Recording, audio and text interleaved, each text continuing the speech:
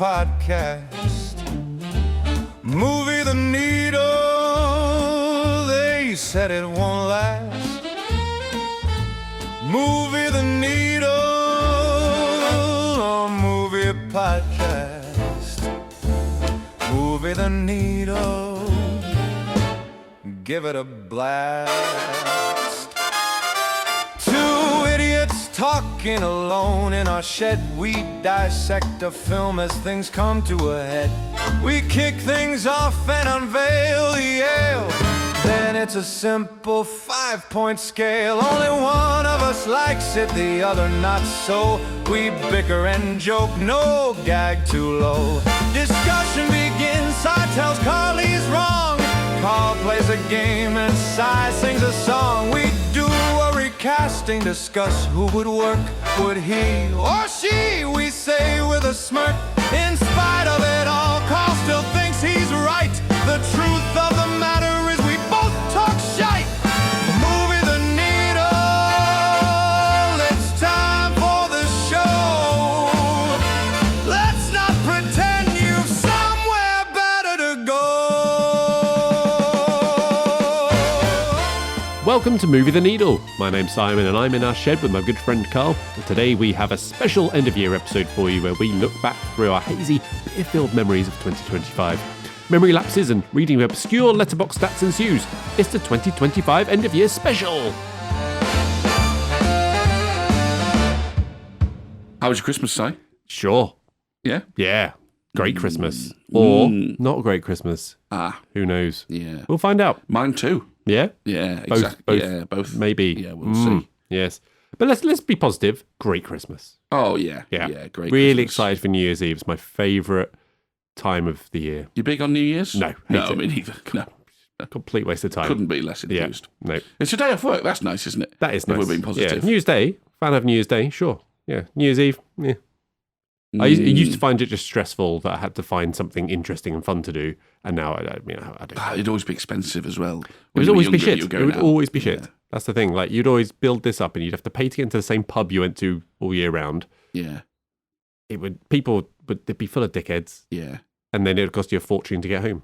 When I got a little older, pre-kids, we started throwing a party, which was actually much less stressful. Yeah. Even though you're hosting and dealing with and cleaning up a party. That is my favourite thing. It's just like just a gathering of people you actually like Yeah. in the room with beer. Exactly, but that's fallen by the wayside now because everybody's got kids and it's really hard to coordinate stuff like that these days. Never mind. Ending the year on a positive, Carl. Mm.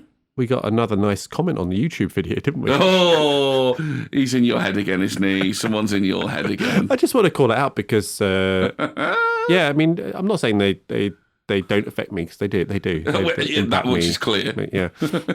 But what was odd? One, commenting on an episode from last year, Oh, that's just the first time which they've is heard it. fine. That's fine. Yeah, and he was saying that our witty banter, in inverted commas, is boring. Agreed. But neither of us claimed it to be witty or banter. I mean, if you listen to the podcast, I didn't listen to all of that episode. I had a little thumb through it, as it were. But we make the point on, I would think, every episode. Yeah. We claim the opposite of competence, entertainment. Yeah. Just, No illusion of anything. Oh, God, no. No. But so, yeah, fair enough. He did, undermine his own comment, though, didn't he? Well, and then, you see, I wasn't going to respond because, I don't care. You're doing all stoops what at that people level. like that Yeah, sure. think, really, to be honest. But he'd spelt "your" wrong. Yeah. And You've got to educate people. that's my bread and butter. Is that is absolutely my bread and butter. Yeah. Speaking of, if we attract any negative reviews at any point on Spotify or podcasts, it's because I've been arguing with people on Twitter under our account. We'll get to that in the retro. I look forward to it. Carl, the end of year. Shall we do our final 2025 unveiling of the ailing? So to see out the year, we've gone for a cherry and chocolate stout from Kirkstall Brewery. Now, as we know, you don't like dark beers. Oh, no. Unless I do. Which turns out you do pretty much every time. Every single time, yeah. But, the protestation remains, doesn't it? Yeah. So there we go. I suppose we should talk about the intro as well. Oh, we should. Yeah, we kind of glossed over that new intro, didn't we? So it's pretty happy with it.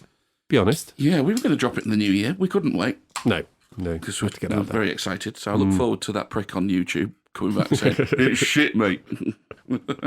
Yeah, I just love how you've managed to get your voice to sound like that. I mean, it's very impressive. I didn't realise I had it in you. Just wait for the 8th of January. There might be another little surprise. Just saying. Maybe. Just saying. Should we get on with our review of 2025 then, Carl? Yeah, let's. Let's start off with the fascinating reading out of our Letterboxd statistics, which you've now upgraded to Pro. Yes. Because, let's face it, you're a pro at logging films on Letterboxd. You're very, very dedicated, professional, I would say. Yeah, well done, well done. And also, you need to be a pro to get these stats. So you've taken a hit. Well done. Well done. There you go. Let's kick things off nice and simple, Carl. How many films have you watched in 2025? Look, you say it's nice and simple, right? But there are a number of films that we recorded for the podcast that I have yet to log on here. Ah, okay. So as things it's also stand, not the end of the year. That's true. Either, as things stand, I have logged 283 films on Letterboxd. I will break in the course of the last week. 300? And just logging stuff I've already watched, I will break 300. Nice. I reckon it's going to end about 310. Oh, wow, you've got loads to do then. I've got about 10 films to log that I've watched. And then you're going to be watching a few over and Christmas. Watch a few more. Yeah. Do you know what you watched in 2024? Do you remember? It was just shy of 200. So that's quite an increase. I was like 190. I put over 100 films on this year. Yeah. Well done. So mine's lower, as to be expected, because I sleep. Only a bit more. So I've watched 200, bang on 200. Oh, nice. Which is quite nice. I should probably just stop. It's a nice round number. It's a good number. Not watch anymore. But that was up from 133 in 2024. So I mean, honestly, 133 is a good showing anyway, I think. That's fine. That's a lot of films. Yeah, I think 200 is very good. Makes me feel like taking it seriously. Yeah, exactly. I was going to say like I know what I'm doing. No. Like I'm putting the effort in. 200. I've got a hobby and I've got the numbers to back it up. Exactly. I think anything less than 200, I'd feel a little bit like a fraud. But there we go. Time spent watching, Carl. How many hours/days have you spent watching films in 2025? 552 hours. Nice. For the ones that are logged so far. Nice. What's that in days? Quick divide by 24 in your head there. Go. Oh, well, it's about 200 days, isn't it? No. About 20 days, isn't it? That would be great. 200 got the days. decimal point in the wrong place there. I said it and I was like, well, it can't be, can it? Because I have had some sleep. Yes. And I do have a job. Yes. And the kids. family. Yeah. 395 hours for me, 16 and a half days. So, half a month. Not bad. Good. You put it like that, compared though. to the other main activity in your life, do you think? Wanking? Yes. you say that as if you've pulled the rug from me. That's exactly what I was going for. I don't know. It's up from last year. Oh, sorry, the film watching, I mean. It's right. up, Okay. Up from last year. 254 last year. So, Very good. What are your top 3 genre? Let's see if they're the same. Well, I said to you, this will be obvious because number 1 is all films are this. Drama. Number 1 is drama by 2? some distance. My number 2 is thriller. Oh, mine's comedy. Okay, well, my number 3 is comedy. My number 3 is action. Action didn't quite make the cut for me. So there you go. Drama, thriller, comedy. Yeah, drama, comedy, action. So there we go. Give me a drama, comedy, action film. I love them, apparently. Yeah. Only 4 non-English language films this year for me, Carl, which is quite disappointing. Oh, wow. I was 9. Yeah, I was actually quite shocked because I do like a foreign language film. No issue with it. I think it's just because we haven't done many for the podcast. Do you know what? Technically, I was 8 because one of them is no spoken language, which will be Flow. Right. Okay. So I bet that's showing up in yours as well, isn't it? Did I watch that this year or last year? That's the question. I don't know. Yeah, it might have just snuck in the end of last year. 3 French for me. Oh, yeah. 2 Spanish, 1 Portuguese. Do you remember what the French films were? Oh, one of them was The Wages of Fear. One of them was The Plein Soleil, which was the Talent of Mr. Ripley original French. The third one, I'm not sure. Spanish, one of them I'll be talking about later. Okay. Portuguese was Ziando Estu or something. I'm Still Here. Okay. German Das Boot, Cantonese. I don't know what the Cantonese one was. 'Cause I don't think I logged Crouching Tiger this year. No, that would have been last year. Oh, I do know what the Cantonese was. Hard boiled. Oh. Yeah, that makes sense. Yeah, okay. Right. This is one that I quite like. Okay, the proportion of first-time watches to rewatches, which obviously is going to be a little bit skewed because this is obviously things you're logging for the first time on Letterboxd. You might have already seen them. But I was very pleased with my proportions here. I think it's the right proportion. No, because we need to dive into that. What? Say that again. My proportions. It's skewed by what? Well, if you've not logged it on Letterboxd before, but you have seen it, it's going to record it as a first watch, right? No, only if you're a fucking moron.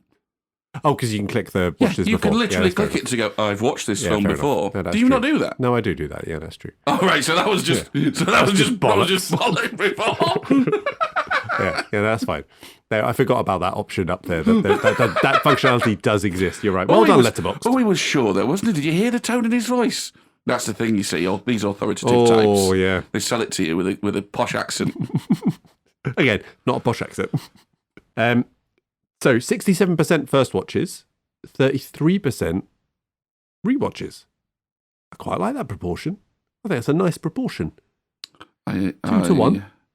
I am 39% watches. Yeah, I thought yours would skew the other way. And 61% for rewatches. Yeah, how do you feel about that? Any feeling?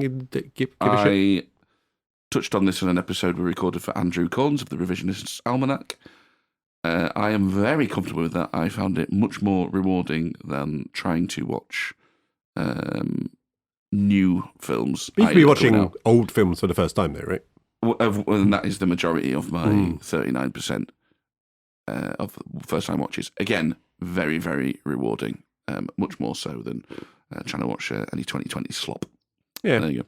But I'm quite happy with my 2 to 1 thing, because I do want to watch more and more stuff. But yeah, I think I like every 1 in 3 films is a rewatch of something. Oh, I like it. Most watched actor, Carl. Who's your most watched actor this year? Is it by any chance Paul Newman? It's Robert Redford. Oh, it would have been one of the two. Robert Redford, 13 films. Paul Newman, 12. Ah, there we go. Would you like to guess who the third is? Oh, would I?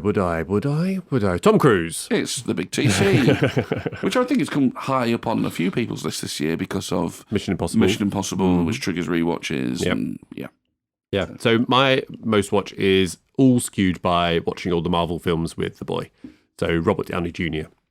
comes out on top for that one, and the rest are just Marvel actors as well. Chris Evans is up there, as is Scarlett Johansson. Most watched director? John Huston. Okay. Signor Spielbergo for me. Only like 5 or 6, I think. But that is Jaws, Saving Private Ryan that we've done for episodes. Yeah. And then I can't really think what else I've watched of Spielberg this year, but I'm sure we obviously have.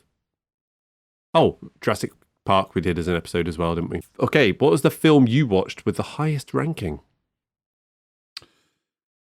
Mine was The Dark Knight. Mine is It's a Wonderful Life. Ah, there we go. Lowest? I think ours will probably be the same. Yeah, Jaws the Revenge. Yeah. Check our feed for that episode. Most popular? Pulp Fiction. Ah, mine was The Substance. Which is quite surprising. My word. Surprising, right? Yeah. Well, I watched The Substance as well, but that tells us that you didn't watch Pulp Fiction this year. No, I've not. Got the Blu-ray ready to watch. But I'm not sure how popularity works. Is that popularity as like an overall number of reviews or something? So, yeah, I think so. Okay. That's quite surprising, The Substance then. Like over things like Jurassic Park, Back to the Future, things like that. Yeah, especially because it was dog shit. Yeah, but maybe that's why it's popular, as it were, because there was a lot of talk around award season about it, wasn't there? Most obscure film, Carl? This is your Portuguese one? No, the Portuguese one was nominated for an Oscar. No, it wasn't. For obscure, you've got to go to The Booze Cruise 3. Oh, Christ. Yes, of course. Bit of a throwback there for you.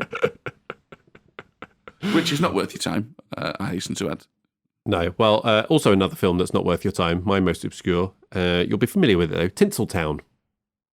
Right. You familiar with that? I am familiar with that. Yeah, so that was filmed in and around where we live. So some popular locations. It's got Kiefer Sutherland and the Australian girl. What's her name? Rebel Wilson. Yep. With an accent which can only be described as... Patchy. Yeah, sure. Yeah, let's go patchy. Yeah, yeah. Watched that just the other night and... yeah. That's also my newest film that I've watched. The newest film I've watched is Tinseltown. Yeah. Oh, have you watched it? I watched it last night. Oh, brilliant. Dog shit. Yeah. And right, Knaresborough, where it's filmed, a gorgeous place. Yep. Almost unrivaled in some of the scenery it has in terms of the viaduct and the hills and the castle. How they've managed to show so little of it off is beyond me. Yeah. I don't know who directed it. But they could be any side street on a studio lot a lot of the time. They're walking around that place every day, and at no point did it occur to them, shall I show any of this off? No, I'll not bother, actually. Unbelievable. Not important. Oldest film, Carl. The Man Who Knew Too Much, the original one, not the remake. Mine was Casablanca, which we did an episode on. Longest? The Brutalist. Yep, same. And then shortest? I've got you on this one. Boss Baby... Christmas something. Christmas bonus. Oh yeah. Boss Baby Christmas bonus. How long's that? 45 minutes. Oh, I've got you. Good Morning, 1 minute long. Right. Yeah. It's one that Will shared with me, and I watched it. I was like, yeah, I can fit that in. I tell you what, I think I'll watch that. Yeah. Pump those numbers up. Yeah, it's on. It's available online. I'll send you the link. Yeah, do it. Okay. That's all the Letterboxd stats, I think, unless there's any more you want to go through. No. Now we're going to go through some favourites and other things. So, kicking things off, our favourite first watch of the year, Carl. What have you got for me? We're top 3 in this, aren't we? Nope. But go on. I mean, you gave me the thumbs up on that message and said, should we turn these favourite questions into top 3s? Oh, no, you said that for the one that we dropped. The data questions, you said. You said data questions. Nope. No, you did. All right, I'm going to have a look. Shall we make the 3 favourite questions top 3s? Oh, I read data questions, top 3. I don't know why, because the data questions discussion doesn't come until later. Yeah. Okay, cool. Well, I haven't done that, but, I'll make it up. Like, evidently, everything else on this podcast. Right. All right, some honourable mentions first, then. The Verdict, Paul Newman, super performance, super film. Nobody's Fool, another Paul Newman one. That isn't a particularly great film. It's pretty average, but just a really lovely watch. I love that guy. Network, that was the first time watch. That was lots of fun. The Wages of Fear, great film. But number 3 for me was Flow. Number 2 was Sorcerer, which is the Wages of Fear remake. And number 1, my favourite first-time watch this year, it's a foreign language film. It's a Spanish foreign language film. It is Y Tu Mama Tambien. Ah, yes. I watched that like years ago, so I would quite like to rewatch it.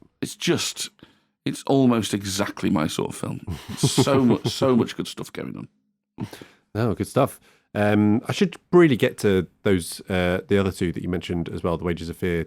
And Sorcerer. Yeah. For sure. Okay, my 3 are in no particular order, really. Dog Day Afternoon. Nice. So that was a first watch. Nice. Went on a bit of a... That was Sidney Lumet, or Lumet, isn't it, as well? Went on a bit of a Sidney Lumet run. That was good, even though you'd spoilt it already on the episode with... I'd spoil a little bit. I mean... Yeah. I won't say what you said, because if people haven't watched it, I don't want it to ruin it for them. Second, Sing Sing. You know I love Sing Sing. Yes, you... Yeah. Very much lapped up Sing Sing. Oh, my word, yeah. Coleman Domingo. Yes, please. And then the first one, this is one that I didn't know anything about going into it, and I completely fell for it. I reckon it's not going to stand up very well to rewatches, but it was Strange Darling. Don't know it. It was the one that Emma gave up about halfway through because it wasn't her type of film, just before it kind of changed entirely what it was. Very got good love. So you have to go back and watch it. So yeah, we'd recommend a lot. Most surprising first watch for me, Carl. I know this wasn't on the list, but I just wanted to call out two. Let's call these my honourable mentions for first watches. Yeah. So The Devil Wears Prada. Yes.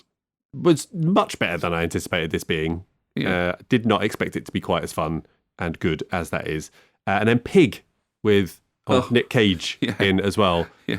Was expecting a completely different film to what that turned out to be. Was it you that I made you aware of this film and you just didn't believe it existed? No, I don't think so. So speaking to someone, I was like, have you ever watched this film? What? What's it called? Pig. It's just called Pig. Yeah.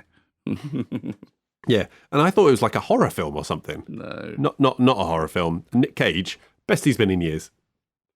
Well, that's not difficult, is it? That's true. Also, another honourable mention for weirdest first watch, though. Hundreds of Beavers. Yes. Have you seen that? I haven't seen it. You should watch it. I remember you talking about it on the podcast. You should watch it. It's so odd. But kind of liked it. All right. We've done our favourite first watch goal. What about rewatch? What have you got for us? Honourable mentions, Chinatown. Yep. Mission Impossible, Monty Python, Papillon. Chinatown was one that you've really moved on, right? Yeah. Yeah. Papillon. Yep. Mike Bassett, England manager. I still never seen it. I do need to. Yeah, I think that film there's some really. I think the writing in that film is really, really good. I think they've absolutely nailed what they're going for, and it's a little underappreciated, I think. But my number 3 was Rear Window. Nice. You want my number 2? Yeah, go for it. Yeah, do your 3 and I'll do After Sun. Oh, you watched it? How many times have you watched it this year? You racked up the numbers last year. Oh, no, I watched it once last year and watched it twice this year. Oh, was it? Yeah. Okay. Because we did it for the pod this year. Was it this year? Oh, yeah, it was this year. Yeah. 5 stars to lose, obviously. Yeah, no, it's not. I wouldn't, it's one of my favourite films, but I don't think I would watch it a lot because, you don't want to wear it out. It's that sort of film, isn't it? But yeah, my favourite rewatch this year was one that we did together. Yep. And it's Jaws. Yeah, it's on the big screen. One of my favourite films to get to watch it on the big screen. Superb. Yeah, that is also my number 1 as well. The other ones, The Big Lebowski, very much enjoyed rewatching that. Now, it's not a perfect film. We talked about it on the episode with Andrew, but watching that a number of years later, I appreciated that quite a bit and enjoyed getting into all of the little quotes and the silliness of it. The second one is Uncle Buck, which I watched directly after the John Candy documentary. And I do love that film. I might give that a go this week. Yeah. Oh, it's a great in between Christmas and New Year film, that as well. Yeah. Wintry, but not holiday. Yeah, very good. And then Jaws, yeah, as I say, on the big screen. It was just fantastic to watch. It's fast becoming one of my favourite films. Every time I watch it, I appreciate it and enjoy it more and more. And just noticing some different things on the big screen and then sitting next to you as you shit yourself with all the jump scares. Great fun. We've done our on Andrew's podcast for the end of year review. We did our top 5 of 2025 films. Do you want to do your top 3 2025 films for now? Yeah, we'll do that. Go on then. I've got 2 honourable mentions. Sinners, which I appreciate more than I actually like. That was a very, very good film. One Battle After Another. I possibly like that a bit more. I think there's the middle section of that, Leo and Benicio, very, very fun. I have issues with a lot of the setup and a couple of the things that running through that film. So they can't make the cut of this year. So my number 3 is The Naked Gun. Ah, yes. So refreshing to get a straight down the line comedy, bit of a throwback. I appreciate that nostalgia is and the sort of the want for these throwback comedies is doing a bit of heavy lifting here. But yeah, The Naked Gun is my number 3. F1. F1, a great switch your brain off popcorn film. and we were lucky enough to watch it in IMAX. Superb screen, superb sound, which really made a difference. A great cinematic experience. My favourite 2025 film is The Ballad of Wallace Island. Yes.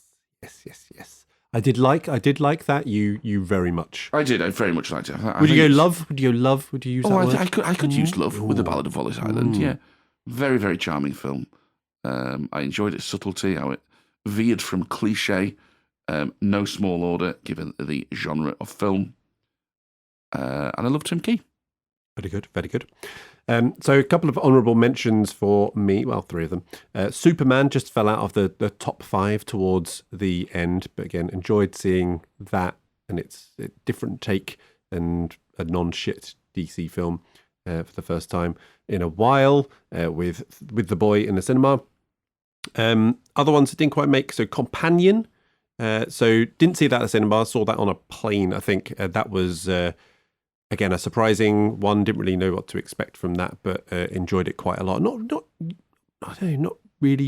usually my type of thing. I don't think you could count it as a horror, but it's it's kind of leaning towards that way. But I definitely sort of recommend it.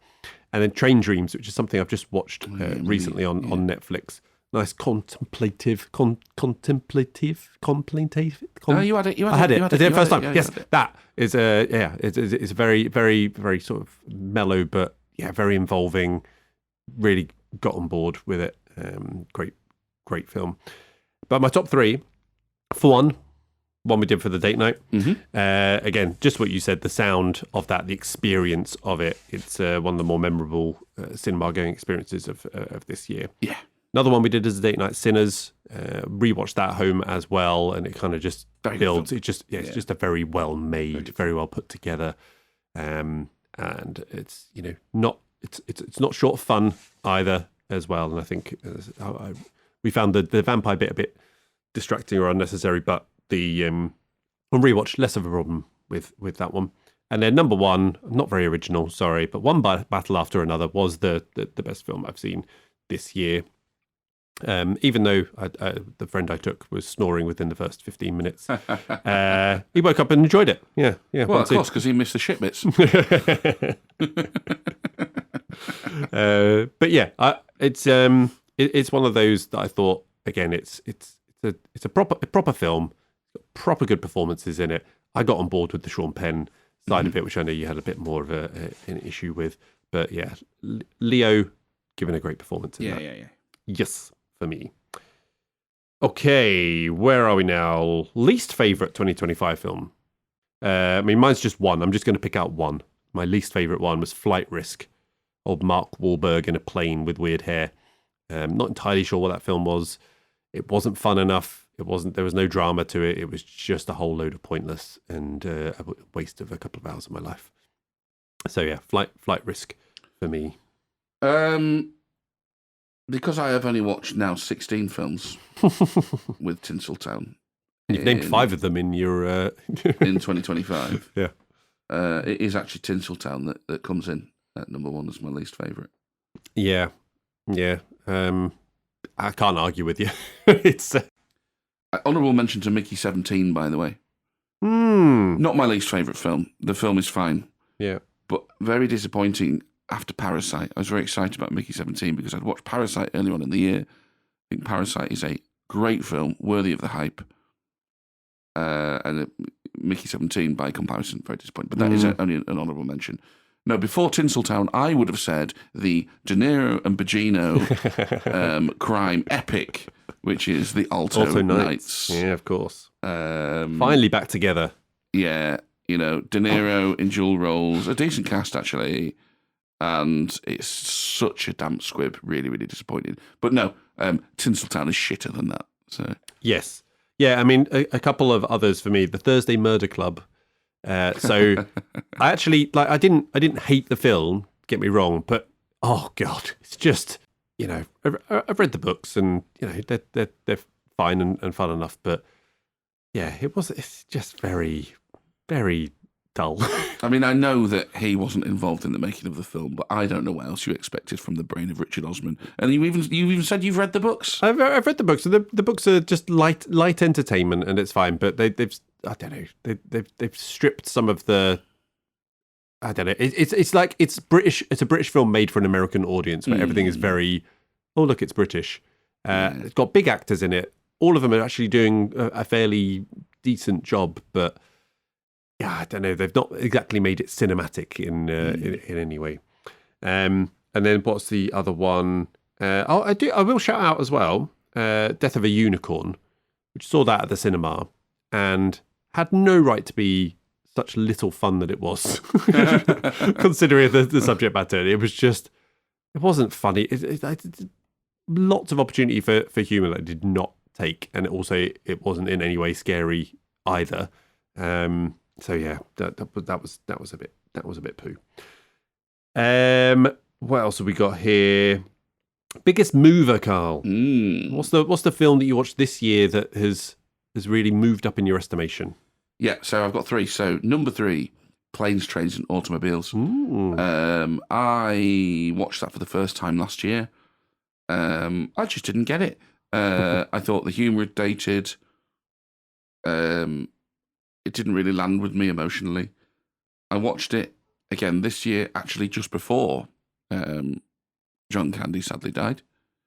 Not just before, he sadly died. He'd been dead for ages. Yes. Just before the documentary came out. It was still very sad that he died. Because the documentary's really pushed him back into the sort of zeitgeist, hasn't it? So, I watched it just before that, and absolutely loved it. I still maintain it's dated a little bit, but it's a lot funnier than I remember on first watch. The emotional heart in that film is fantastic. God knows what mood I must have been in when I watched it the first time, because how the scene in the train station, how that doesn't touch you, it's just incredible. So really liked it. Watched the documentary, really liked that, and then I've since watched Planes, Trains again since then. So that's number 3. Number 2, Casablanca. Weird one actually, Casablanca, because the issue underpinning it, I haven't so much gotten over. This is my opposition to Humphrey Bogart being a bit of a lady killer. I've just simply sidelined it. I've just simply pushed it to the side and gone, I'll just look the other way. Yeah. What else is going on? Oh, it's all really good. So Casablanca comes up to my number 2. But number 1 is Chinatown. Oh, yeah. Yeah, that was a proper mover for you, I just wasn't it? completely dismissed it first time round. Unbelievable. Well, turns out it's a classic. So you were talking about your ratio earlier on. It's a fine ratio, but am I comfortable with rewatching more films than new ones? Absolutely yes, because your experiences change with them, and you get to unlock greats like Chinatown that I'd previously dismissed. I mean, absolutely. Particularly if you're rewatching ones that you've watched literally 20 years ago, you're a completely different person with different experiences and viewpoints on things. So some films are going to sit completely differently, and or you just completely dismiss them for whatever reason at the time. Well, indeed, yeah. There's no way of measuring this because I've not captured it anywhere. But I would say, I think of all of those rewatches I've done, they are mostly that. Films I watched as a kid or as a very young adult, and actually have very little memory of. And I'm watching them now with different eyes. I'm going to give a quick plug to movies you forgot again. Adam Richmond has a great line on this. He said, film criticism is pointless because if you don't like a movie, it just means you've not seen it at the right time. Yeah. Now, there's going to be exceptions to that, of course there are, but there is such a truth in that. Yeah, I think that's his headline on his Letterboxd. Yeah. There is such a truth in that, and at some point, films will just chime very, very differently for you. Yeah, I think that's largely true. I think still there are some films. Exceptions. Yeah. Okay, so the ones you mean you're not going to go Tinseltown? No, I was just in the wrong mood for Tinseltown. That's what it was. It was just the wrong time. I wasn't completely inebriated and lost all my senses. I was thinking of that. What's that Mexican transsexual one? Yeah, what's it? It's a name, isn't it? What's the nearly won an Oscar. Well, it did win some Oscars, but yeah, not, well, not it the best did. picture, It did. yeah. I can't remember. I was literally looking at. Still can't remember what it was. That's how quickly it's fallen. Thank Christ. Yeah. No, can't remember. So, already talked about the Big Lebowski. That was one that I thought on rewatch I'd be like, oh, this could be a proper Movie the Needle episode here. I don't think I like Big Lebowski. I think I'm off compared to a lot of people. And although I am a little lower, just because of the time of life that I watched it, and I didn't watch it for 60 days straight in the with a White Russian like Andrew. But the second one is Monty Python and the Holy Grail. So again, one that I definitely went in not liking. Talking about that film with you, listening to you recount the whole film in quotes for 2 hours. Really helped me come around to it, Carl. Yeah, I'll be honest. Amelia Perez. Amelia Perez, there we go. Sylvia, close. Yeah. Everyone's shouting as it's Sylvia Perez. Nobody's shouting. You've just done it again. You've just gone Sylvia Perez. What did I say? That's what Amelia you just Perez. said. Yeah. Oh, good Lord. But yeah, Holy Grail, that definitely has gone up in estimation. And Theo even quoted it the other day, but he didn't know he quoted. He goes he was saying oh, there's some really good roasts I've been hearing. It's I can't even remember what the proper line is, but you'll know. It's the Frenchman when he's coming down. Your mother is a hamster? Your mother is a hamster, and your father smelled of elderberries. Yeah. So I was like, that's Monty Python and the Holy Grail. I had to find the clip for him to rewatch it. He has seen it, but he was like, oh yeah. Now go away before I don't do it a second time. Indeed. But the first biggest mover, I think Sideways, because that was one I definitely went in not liking. Yeah, you were cool. But yeah, I think it's definitely to do with that sort of progression of time, just as we were saying before, where I'm much closer in age now to the characters than when I first watched it as an 18-year-old. Can relate more. Plus, humour just seemed to just sit and hit a bit more than what it This is did my first thing time about around. it being a middle-aged, middle-class swingers. Yeah. You watch Swingers when you're in your 20s because that's cool. That's a cool film. These two, punks trying to find their way in life and whatever.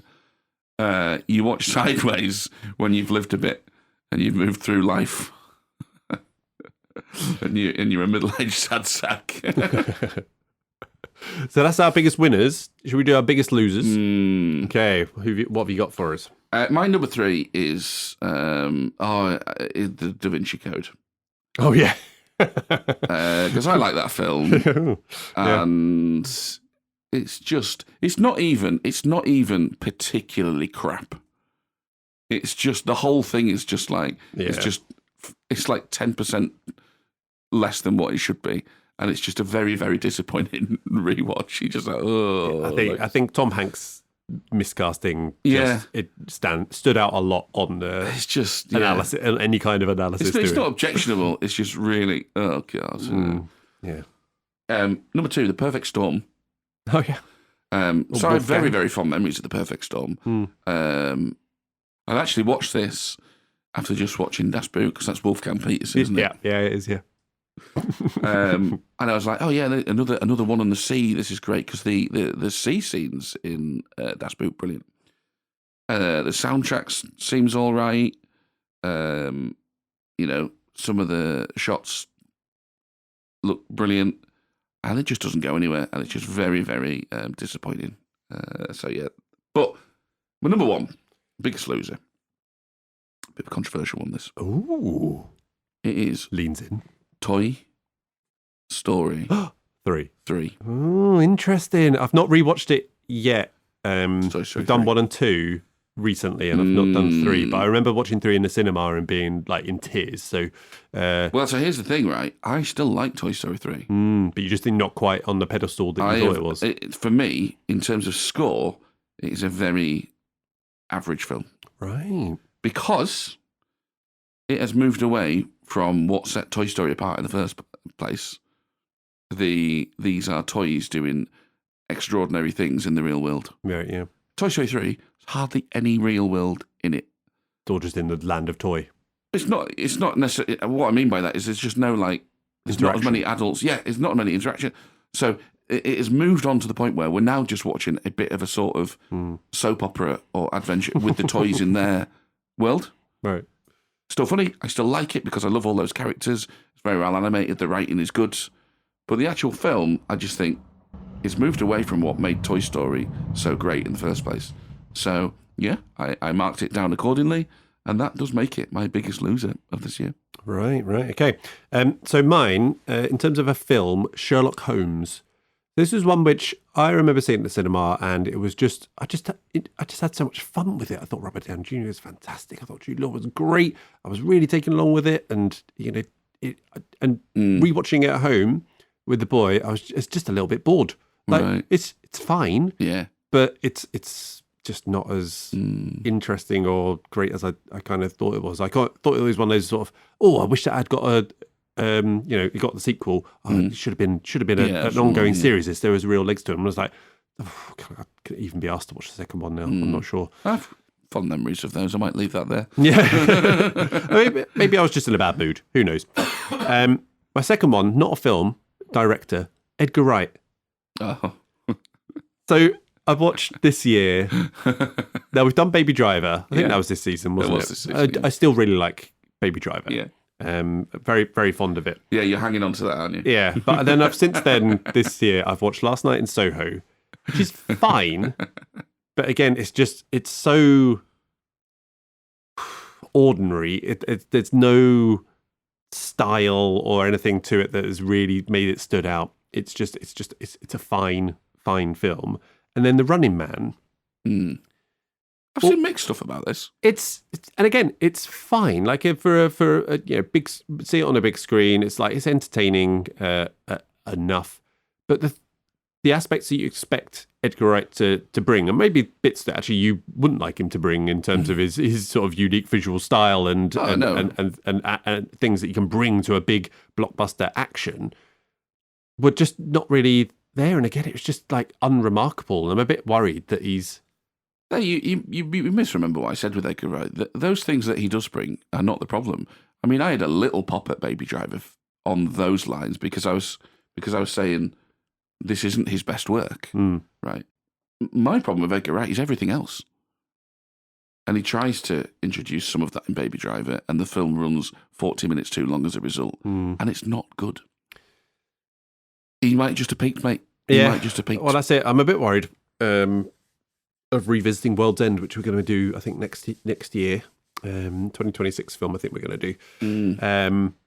I think Shaun of the Dead and Hot Fuzz are still superb, untouched. I think they're not going to be affected by this in any way. No. But the World's End, I know, is one that you're maybe not a fan of. That, so this maybe I've. Well, we'll see, won't we? We'll see. That's what the episode's for. But number one, a recent rewatch again with the boy, Spider-Man 2. It's interesting because I've since listened to a John Rain Smirshpod episode on this as well, and very very similar thing. That like I thought Spider-Man 2 was this pre-MCU. This was the superhero movie that all are compared to in its greatness. And rewatching it. Yeah, wasn't this one of your favourites for a while? Yeah, it's genuinely. I had the memories of this Spider-Man 2, but it's just like it was right up there. It's almost like the perfect superhero film. Rewatching it, it's pretty hard going. It was the villain in it. Old Doc Ock, as he was not as interesting as I remember. The interplay between Peter Parker and Mary Jane Watson, she comes across even bigger of an arsehole as well. He's a bit annoying in it. The erectile dysfunction angle is fun, where he can't get his webs to go and stuff. I quite enjoyed that. But yeah, it's gone down significantly in my estimation. He's probably very tired. Yeah, that was it. That's all it was. Yeah. Under a lot of pressure at work. But yeah, there we go. Biggest loser, Spider-Man 2. Carl, do you want a game? I'd love a game. Yeah, what a pleasant surprise.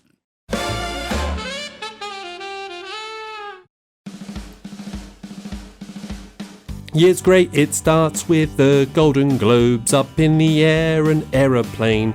Andy McDowell's not afraid to play a cunt. Kick-Ass, complete unknown, big TC puts on the show. Kidman licks the saucer clean, Hoffman Williams chew the scene, Super Tramps an asshole, Oscar predictions take their toll, after some 5 stars to lose, Chinatown on lots of booze, Mickey on a date, no, Arnie's like, load of shite, Kane's house, psychic shark, style of a substance, what a luck, coconuts and shrubberies, Affleck Pike, Carl's not pleased, Da Vinci Code, oh Christ. It's the end of the year as we know it, that's only 6 months of show, but you can shove it. I don't want to write the rest of the words, and you know it, but I feel fine. What was I not pleased about? I don't know, it's buried in there somewhere. I'll get it on the listen to it. You were not pleased with Affleck and Pike. I was not pleased with Affleck and Pike. Yeah. So my intention was to do the whole 12 months of films with this, but Jesus Christ, that song is mental. Yeah. There is no rhythm or pattern to the lyrics and how it goes and how it fits. I spent about 2 hours writing. I actually couldn't tell you what they are except for the end of the world. Yeah. Hook. It's just, it's gibberish, a lot of it. Well, it's not gibberish, but it's just random things. But yeah, I got to, that takes us through to May, the end of June. I was just like, geez, I can't do it anymore. You get the gist. So anyway, as it's the end of the year, Carl, it's the end of the year, but do you know it? So this is a little bit of a test of your memory, both in film land and podcast land, and then also revisiting a couple of things that we did earlier in the year to see whether A, you can remember, or B, you can improve on performance. So we've got 10 questions for you, numbered 1 to 10. Yeah. Where would you like to start? I'll go for number 1, please. Okay. So this is a test of your memory of our podcast. What movie was the subject of our first date night episode? Was it Mickey 17 or was it the sexy one with Nicole Kidman? That erotic thriller thing. Baby Girl. Baby Girl, yeah. Was it Mickey 17 or was it Baby Girl? I think it was Mickey 17. That's it. A complete unknown. Well, why did you ask me then?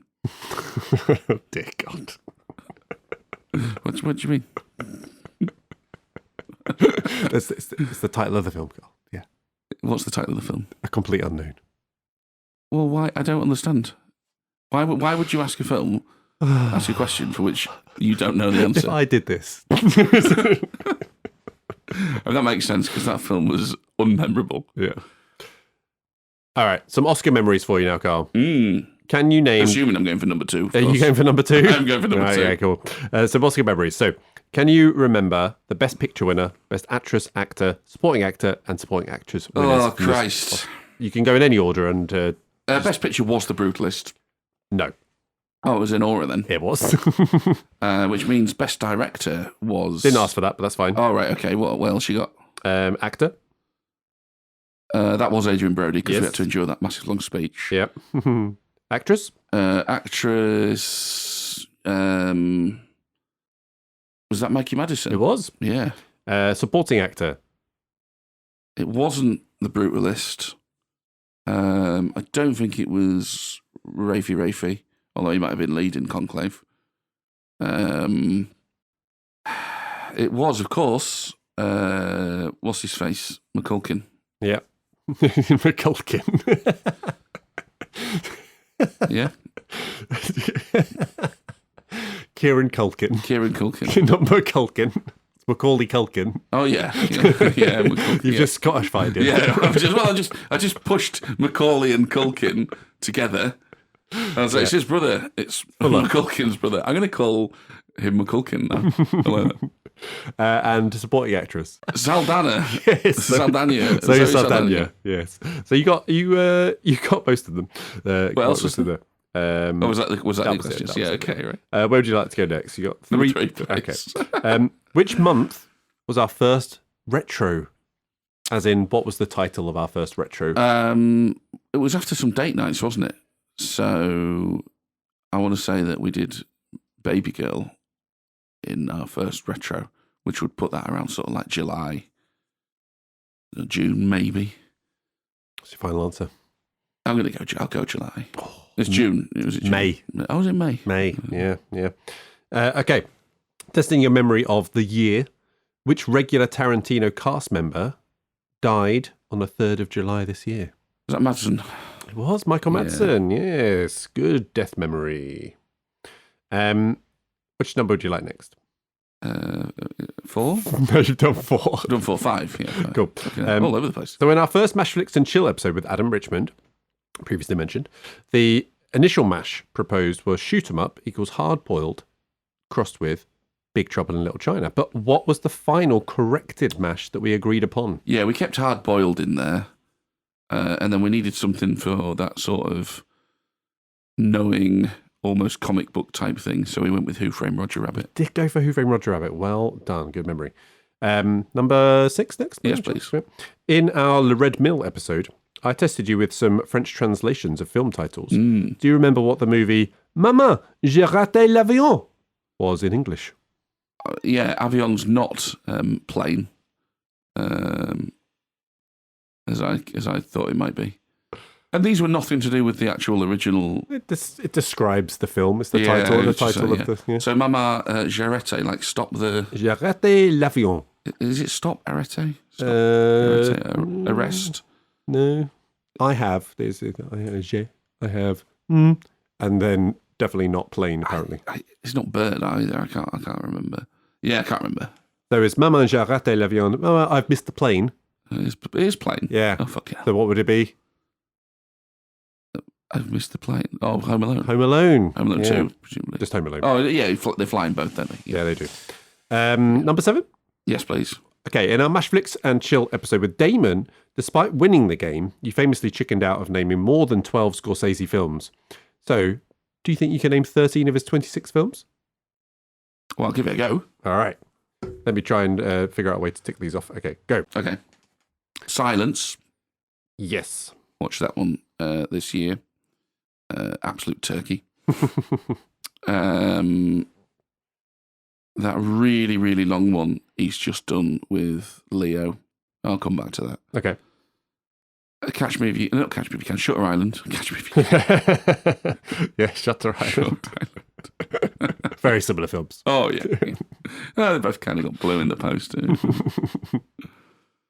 That Indian reservation one is really going to annoy me. So don't think about it. It'll come back. It'll come back to you. Yeah, okay. Mean Streets. Yes. Taxi Driver. Yes. Goodfellas. Yes. Casino. Yes. The Irishman. Yes. Raging Bull. Yes. That's what I was looking for. You've got 8 so far. Yeah, I've done Taxi Driver. Teacock. Yes. I've got to find what that is. There we go. Yep. Yeah. Killers of the Flower Moon. There it Fucking is. hell. Yeah, that's 10. Jesus Christ. So 3 more. So you can get 3 more. There's only 3 more I need to get. Okay, right. Okay, are there any other gangster ones hiding in there? Oh, The Departed, of course. Yes. Yeah, The Departed. Yeah, Wolf of Wall Street. Yep. That was part of our run of 3, wasn't it? Oh, was he Gangs of New York? He was Gangs of New York. That's your 13. Well done. Oof, that was harder than he thought. Go through Any big ones that I missed? Cape Fear. Oh, Cape Fear. Colour of Money. Colour of Money, of course. Bringing Out the Dead. Yeah, not seen that. The Aviator. Oh, I watched that this year. New York, because obviously is early ones. That's all the sort of the big ones that you would probably have, like Hugo, but it's not exactly. I would have got that. There's 3 I should have got there. Yeah, The Age of Innocence. No, I wouldn't have got that. After Hours. Alice Doesn't Live Here Anymore. No. Who's That Knocking at My Door? No. So yeah, well, nice. Where would you like to go next? You've done 1 through 7. I'd like to do number 8, please. Okay. So in the Mashflix episode with John Rain, you performed quite badly on the Family Christmas Fortunes game. So I'm going to give you another chance to redeem yourself and see how many of the top 6 rated, according to IMDb, Arnold movies you can name. I mean, quite badly. He's underselling it, I think. IMDb top 6 Arnie rated. Yeah. T2. Yes, that's number 1. I mean, it's tempting to say Terminator. Are you going to say Terminator? I'm going to say that Terminator. is number 2. Yeah, I'm going to say Terminator. After that, don't think Last Action Hero will be rated too well. I mean, it was a bit of a box office failure, but maybe it's rated quite well. Don't think any of the Conans are going to make it. Your Total Recalls, your Running Mans, some of the comedies. Commando, will that make it? Let's go Predator. Predator is number 3. Yeah. After that, let's go The Running Man. No, it doesn't make the top 6. Total Recall. Total Recall's number 4. Okay, let's reach for... One more guess to see if you can... Yeah, let's reach for one of these comedies then. And let's go for... It's not Jingle All the Way. Will it be Kindergarten Cop? No. Not Twins. Not Junior. True Lies. True Lies. Yes. Well, I thought you were going to go. I thought you were going to go over that one. But yeah, that's number 5. Yeah. Number 6, the one you didn't get. You ruled out Conan the Barbarian. Okay. Yeah. So yeah, there you go. Much better. There you go. Much better performance. Well done. Number 9 or 10? Number 9, please. Okay. Which star of one of my top 4 favourite films ever died on April the 1st of this year? Well, not Kiss Kiss Bang Bang. Mm-hmm. It was Kiss Kiss Bang Bang. All right, who was in that? Val Kilmer. He died this year. No, did he die this year? Was it this year? Was it this year? Val Kilmer. Yeah. Yeah. Yeah, unless it's an April Fool's, but... No, he's definitely dead. Yeah. Very good. Yeah, it's Val Kilmer. And then finishing off with number 10, Carl, from our Spielberg blockbusters thing, which we didn't cover in the game, but I just want to test your memory. What is E.T. short for? He's got little legs. There we go. Yeah, well done. There we go. Well done. Very good. Very good. So you got, you definitely improved on the ones looking back, and you've got a fairly decent memory of who died. Well done. Yeah. Ooh.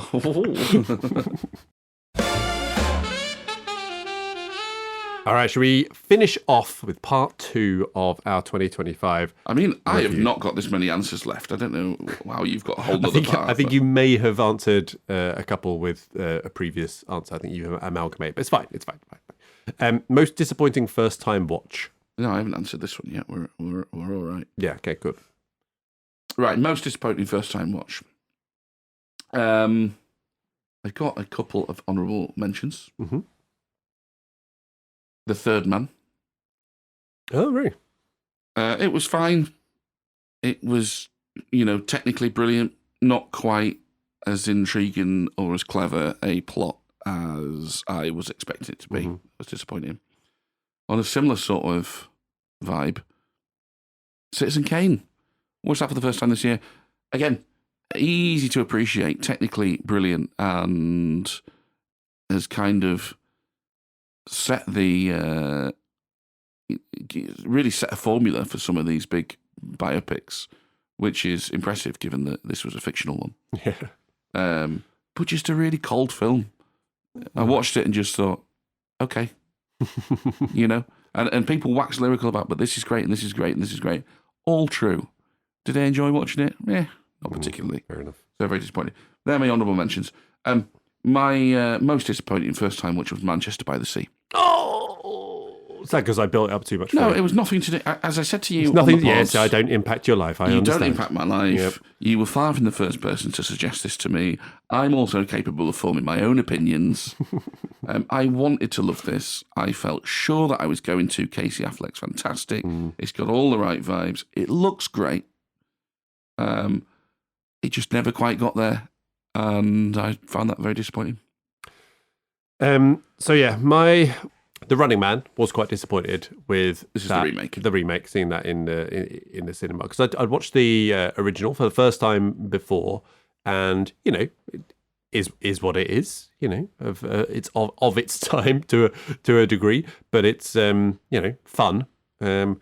I expected Edgar Wright to come in and do something very interesting. Glenn Powell to really step up and show that he is that new leading man guy that he's kind of being built up to be. And it was just fine. It was just fine. The other one I saw at cinema this year, which was Caught Stealing. So that's the Darren Aronofsky one. And I kind of read some decent things, and I'd seen it was being fairly well received. God, it's a boring film. There is not a lot going on. Not a lot going on there at all. Didn't really hit home at all. But number 1 for me is Hard Boiled. Yeah, so this is obviously held up as almost like the ultimate Hong Kong action piece, and I did not get on with it. No, I know I'm way off. The standard here and the popular view, which is quite unlike me. I'm not usually that far detached from the crowd. But yeah, I don't know. Again, was it a mood thing? Was I just not in the mood for it? Was I just too old to see it for the first time? Maybe that's it. Maybe I just couldn't get. It wasn't just like, oh, yeah, fucking cool, yeah. Who knows? But yeah, that was it for me. I've got most disappointing 2025 film. Have you done that one? I think. Yeah. What did you ask me before? I think it was something else. Least favorite. I think I said. Well, same thing. Mickey 17, you said. Mickey 17 was actually my... that was my honourable mention, the Alto Nights. The Alto Nights. But then that got usurped by Tinseltown. Yes. I mean, in terms of disappointing, I had no high hopes for Tinseltown. Yeah, well, so I suppose to that end, my answer is the Alto Nights, because I thought it might be good. Yeah. Wasn't. Mickey 17 for me. Again, it's not a bad film. Yeah. It was actually, I'd say, it was decent to good. Yeah, it's pretty middling. But I had super high expectations going into this, and they weren't met, unfortunately, despite Tim Key in a pigeon outfit for some reason. Most disappointing rewatch. You already covered that with the sort of up and down. Okay, go on. Yeah. So a couple of honourable mentions. The Perfect Storm was one of those. Whiskey Galore was the other one. Whiskey Galore is an old black and white film, so you won't like it. No, shy mate. I had very fond memories of that. Rewatched it, and I just thought it aged a lot, and I just didn't find it very funny at all. Which is quite possibly my fault, but disappointing to not be able to find the joy in that film that I once did. But no, my most disappointing rewatch is The Rum Diary. Which is not the first time I've rewatched it either. It gets increasingly disappointing. And it keeps letting me down. I love the book. And the cast, in many ways, was perfect. The director, in many ways, was perfect. And they've absolutely shit the bed. And it really disappoints me every time. And now that means that the film version of The Rum Diary that should exist will never, because they've made this one. Comes in cycles, you never know. So I've just completely missed and I've just been distracted by the fact that I've used the touchscreen on my laptop and just changed my ratings of a few films accidentally by just scrolling on this. So if I see a very high rating of a film which I don't like... You said he hated Tinseltown. He's giving it 4 stars. But yeah, one of the Ghostbusters 2, that's one of my more disappointing ones. I expected to like it a lot more, and I'd rewatched Ghostbusters, I don't think this year, maybe last year, and got on pretty well with it. Enjoyed it. Been watching a few of the sort of 80s comedies, but yeah, Ghostbusters 2, no, didn't love it. I've lost my 3, so I'll just say what my most one was, which I've already mentioned, which is Spider-Man 2, which is really disappointing. Favourite episode of the year, Carl, not season, the year. It was the Holy Grail episode. Yes. You would just re-record that. You'd just lose that in the edit somehow, wouldn't you? So you could just redo it and just go through all of your cooking. Yeah, I had a great time. That was a good one, to be fair. I did enjoy it. For me, I think it's our first Mashflix episode, just because the excitement of creating that new format, having our first ever guest on, and the delight afterwards that it has not been a complete shit show. We were just like, we don't know how this is going to go. Yeah. And Adam came on, and we had a great time, just talking crap. And then we've had on great guests after since then, and looking forward to the ones we've got in 2026 as well. So yeah, it's a nice little addition there. What have I not covered already, Carl? What have you still got left? Just one. What's that? Oh no, I've got 2. Podcast highlight. Oh yes. Which was your reaction to this Christmas song. Yes. That's genuinely, that is probably my podcast highlight, just hearing that, because I was really looking forward to what you'd come up with, expecting you to have done the version of I wrote that like 3 weeks out from the episode. I couldn't believe how well it turned out, and then I had to sit on it for 3 weeks. And I was so looking forward to getting your reaction, and you delivered. So I really enjoyed that. Yeah, that was my podcast highlight. I can't say it isn't that. To be fair, it was sheer joy, and plus I was about 6 beers in. It helped. and it was great. But what this podcast has revealed to me is that I cannot sit on anything. And as soon as I'm a little bit pleased with something I've done, I have to share it with someone. I can't just wait and let it get out there on its own. I was like, no, listen to this, or hear this. Yeah. But no, great highlight there. New Year resolution for film watching or doing or podcasting. What you got? Anything you want to? I know you say New Year's resolutions are for wankers. I don't know what you're talking about. I've never said that in my life. I this year will try to get my watch list down because my watch list has crept up to over 200 films, and they're all on there for a reason. And I probably spend a little bit too much time flicking around trying to find films to watch sometimes. It's the most annoying thing. When I probably should just go, that's what the watch list is for, mate. Yeah, but then you look through the watch list and you start going, oh, yeah, but I'm not really. Oh, yeah. Better that than flicking down fucking Netflix or whatever. Yeah. So yeah, I don't know how many is achievable. I mean, in theory, I could watch them all in a year, but I'm not going to. That's not going to happen. That's all you're going to do. If I can chisel 100 off the watch list. What's it up to at the minute? So I think it's just crept over 200. Okay, yeah. I'll be pretty pleased. You could just do what I did, Carl, which was break down the watch list into 5 separate lists. Is that what you've done? Yeah. So the watch list is a lot shorter now, but I've just created more lists to go from. Yeah. They're categorized. There's films to watch with the boy, classics to watch, rewatches that I want to get to, podcast films that I want to watch for the purposes of this. Podcast films that you want to watch. I mean, you need to watch them. Yeah. Well, no, sometimes they're ones I'd like to watch around a little bit. Yeah. So my New Year's resolution is clearly watch more foreign language films. 4 in a year is obscene. Come on, that's crazy. Need to do more of that. Fill more holes in my classics was the other one as well. So I've got that classics list now. So that's a growing thing of. I'm not saying they're not taking this from any list or anything in particular, but just when I'm hearing other people talk about things and going, oh yeah, shit, I should really watch that. That is quite an important film or one that I've been meaning to watch. Get through those a little bit. So that's about it.